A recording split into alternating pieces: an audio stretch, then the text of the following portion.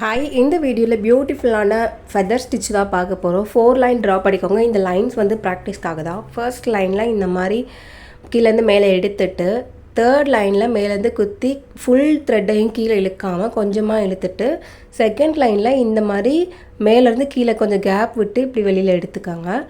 இப்போ லாஸ்ட்டாக கம்ப்ளீட் பண்ணியிருக்கோம்ல, அதுக்கு நேராக மேலேருந்து கீழே போயிட்டு ஃபுல் த்ரெட்டையும் கீழே இழுக்காமல் தேர்ட் லைனில் இந்த மாதிரி கொஞ்சம் கேப் விட்டு மேலேருந்து மேலே எடுத்துக்கோங்க. இப்போ அதே மாதிரி தான் ஒவ்வொரு குட்டி வி ஷேப்பையும் நம்ம எங்கே கம்ப்ளீட் பண்ணுறோமோ அதுக்கு நேராக அடுத்த வியை வந்து நம்ம ஸ்டார்ட் பண்ணுவோம். இப்போ உங்களுக்கு புரிஞ்சிருக்கும்னு நினைக்கிறேன். ரொம்பவே ஈஸியாக இருக்கும் ஃபெதர் ஸ்டிச்சு.